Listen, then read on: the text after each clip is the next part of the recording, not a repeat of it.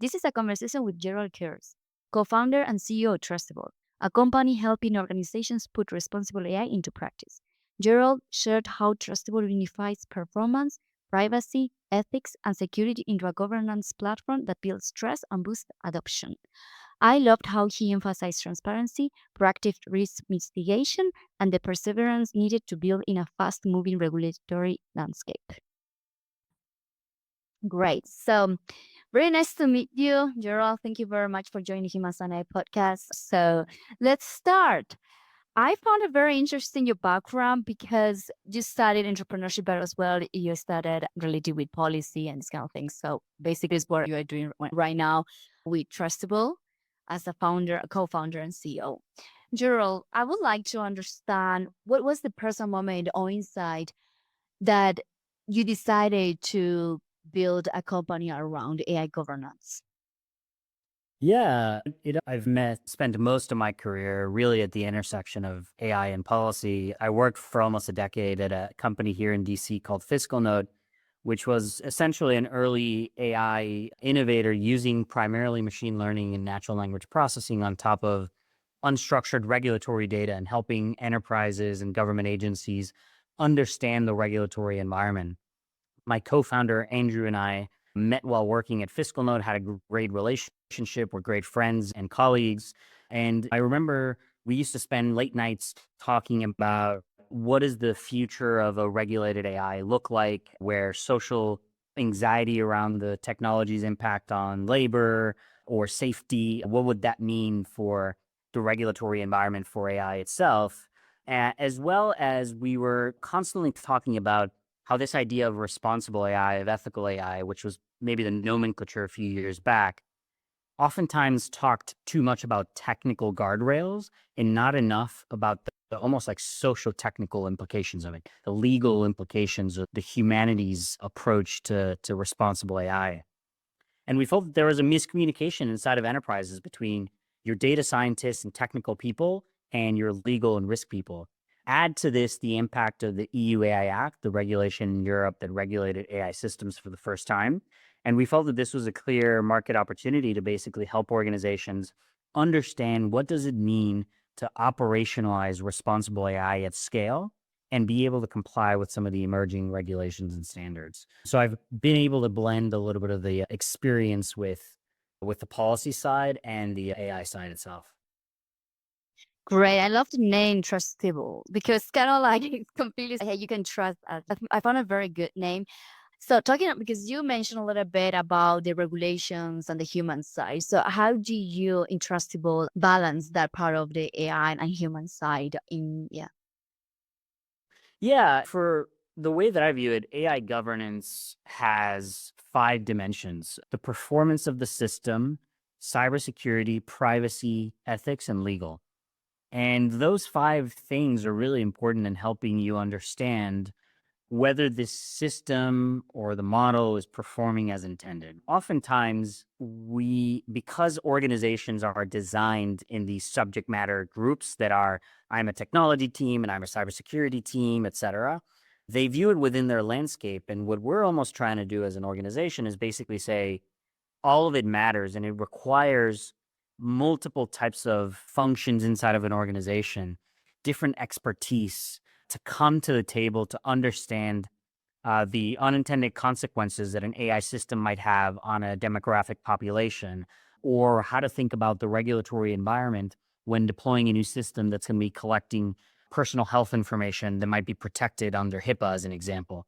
And so, what we try to do as an organization is really get an understanding of the outside world, right? And by the outside world, we mean what are the regulatory obligations? Sure.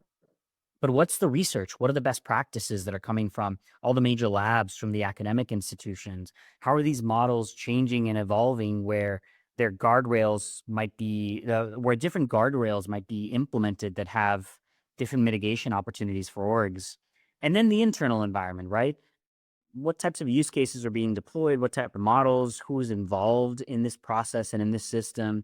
And so we feel that through a platform that can help automate the parts of AI governance that should be automated, right? Simple information collection, automating classification of risks, task assignment, these types of things, this can dramatically accelerate how organizations use AI in a responsible way. And then we then embed our human expertise directly on the platform to help support that. So think of it as almost like a TurboTax for your AI governance strategy, where we have experts across AI, ML, and policy, and we embed that expertise directly in the platform to help you understand what types of risks, what types of opportunities, what types of obligations might you have on this AI system across its life cycle. Okay. Yesterday, or maybe, yeah, yesterday, you've been in an event. So I check it on your social media and you talk about different topics, all the leaders and you. But I'm kind of interested in maybe in the AI governance as an enable. So what do you mean with that? Yeah, so often things like cybersecurity and privacy have been perceived to be risk mitigation check the box enterprise the box exercises for organizations. They have typically been the know people. They have typically been protecting the organization against very real risks. And that is absolutely very true and very real and relevant for AI governance as well, where there are risks and harms to both the organization itself as well as the users that need to be protected. And these teams need to play a leading role in that protection. But part of what we're seeing on AI governance is that AI governance is also about the enablement of responsible AI technologies. And what we mean by that is that AI technologies that have the right guardrails in place, that have gone through the right evaluation, that understand the impact of their systems to different stakeholder groups, and that are transparent about what they are doing are more trusted products. And so the more you trust an AI system, the more likely you are to use it. And so the role that AI governance plays in trust is really in the evaluation of how do we identify proactively risks and harms before they happen so we can mitigate them so that we can deploy the technology.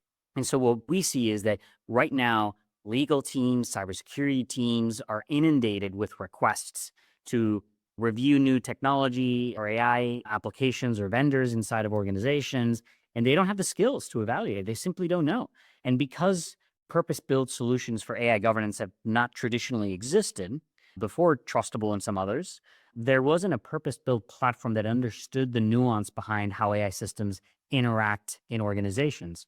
And so part of what we're seeing is that when you can help the legal and the risk teams get more comfortable on what these systems are, how they operate, what types of risks do they have, they're actually much more likely to approve it. And so to give you some specific customer outcomes, we work with a large Fortune 500 company in the East Coast that has quadrupled the number of use cases of AI that they've adopted since using Trustable in the past 6 months. We work with a Fortune 250 insurance company based in New York that has cut the amount of legal review time of each of these use cases from 3 weeks to 3 hours.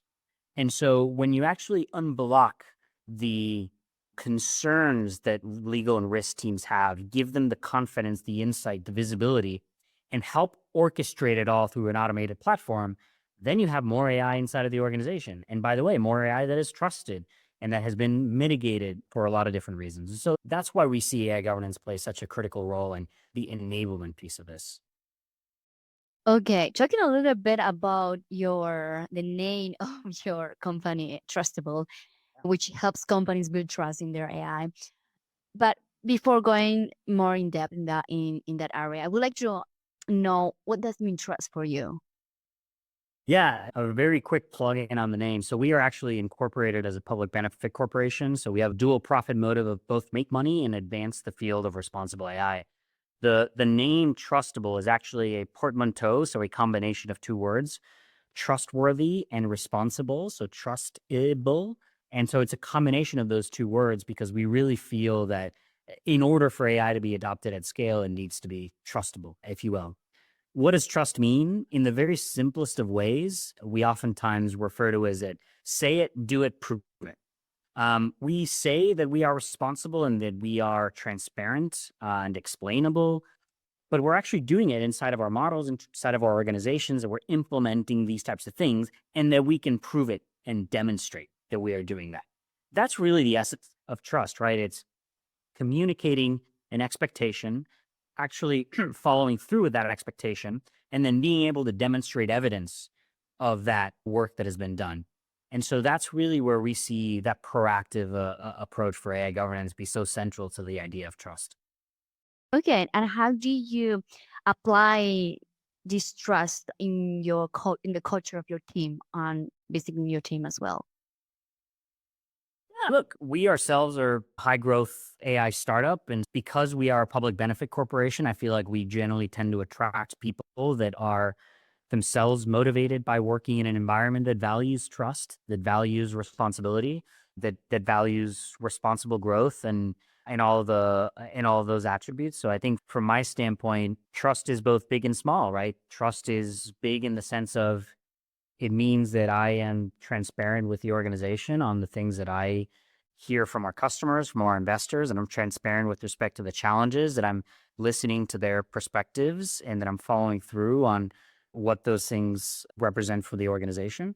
And it means that we hire people that represent the same types of values, right? That are trust and responsibility is really core to the way that they operate as almost like as human beings. Okay, how should we think about intellectual property in the future when it comes to checking AI's output?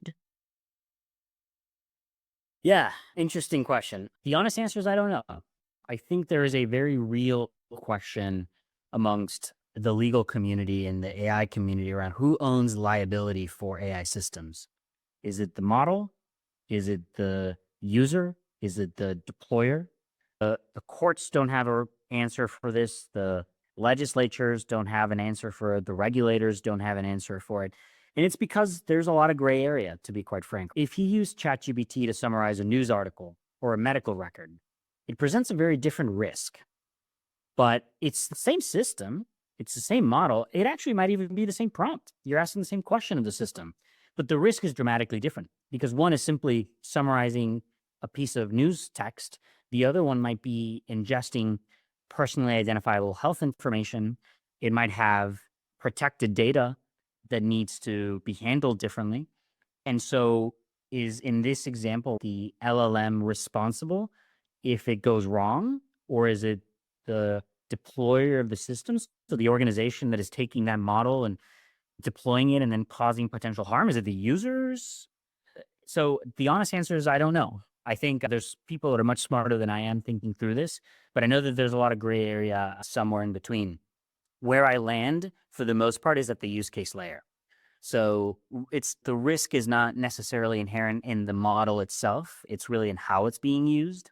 I think that regulators are doing a great job, or rather, they're doing important work in requiring testing and evaluation and transparency towards model providers so that organizations that are using those models clearly understand their limitations and they are either more likely or less likely to use them based on those limitations. And so I really think that the use case and how that system might be used will ultimately dictate the liability going forward.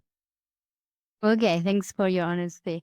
So, Gerald, which source do you trust in AI regulations and policies that you like to follow? Because there's so many information about AI and about regulations about because it's different in Europe and in US as well. So, just any source that you follow that you really, let's say, trust. Yeah, there's a lot of great AI coverage nowadays, to be quite frank. I think 2 years ago it was inundated with bad information. I think now there's maybe more bot type data, but look, I think there's some very important, let's call them LinkedIn influencers, people that are both practitioners and experts in this field that are doing excellent work. Those are individuals. There's too many to count there. There are academic institutions and think tanks that have a very thoughtful approach to how they cover the space for those folks that are maybe more wonky or detail oriented. Places like the Georgetown Center for Strategic and Emerging Technology, CSET, Stanford's Human AI Group, MIT has a group that has done some work on the MIT Risk Repository work. So there's a number of different folks that are doing, I think, great work. And then, to be frank, a lot of the big model providers themselves are doing decent research on what this work ultimately looks like. And then I think, to be not to plug Trustable, but I think we have pretty good insights ourselves. And between our blogs and our content on LinkedIn and webinars and whatnot, I think our team's producing some really excellent work. So, Gerald, we've got one last question for you. What have you learned in your leadership in Trustable? You are like an entrepreneur a founder and CEO, usually the founder journey is very lonely. So I would like to understand what keeps you grounded and what keeps you pushing through in these tough moments of being an entrepreneur. Yeah. It is lonely work, but having a co-founder helps. A co-founder that you're aligned to. And Andrew and I are joined to the hip, and we're very aligned in how we see the business. And so I think that helps. Look, my perspective there is that there's no linear direct path to success, and success is defined in so many different ways that I think the main attribute that founders need to have is perseverance. I was describing to some of our other folks, we had a very bad day followed by a very good day. And it almost feels as a surfing analogy, like if you've ever surfed, you know that in order to get to the good waves at the back, you have to go through some pretty nasty waves, and you're getting hit before you reach and are able to surf the wave. And I think that's so true of startups as well, where you just have to recognize that, like, if you know where you're generally going, you have to be very stubborn on your values, but very flexible in how you approach success. And so from my standpoint, perseverance is probably the thing that comes to mind the most. And then making sure that you have folks around you that kind of, again, are mission oriented, understand what we're generally trying to do. So I think that's really the way that I viewed it. But I also have a family, and I feel like it would be difficult to do this without a family. I think the support of wife and kids, partners, and parents and brothers and sisters and whatnot, I think is helpful, because sometimes you have a bad day and you call them and they make everything better. So I'm very pro family in terms of the entrepreneurial journey. Nice. Thanks, Gerald. I appreciate your time. And thank you very much for this conversation and joining Himas on a podcast again. Thank you. Thank you, Flor. Thanks for listening to the Humans and AI podcast. We are here to spotlight the people making AI more human, one story at a time. See you in the next episode.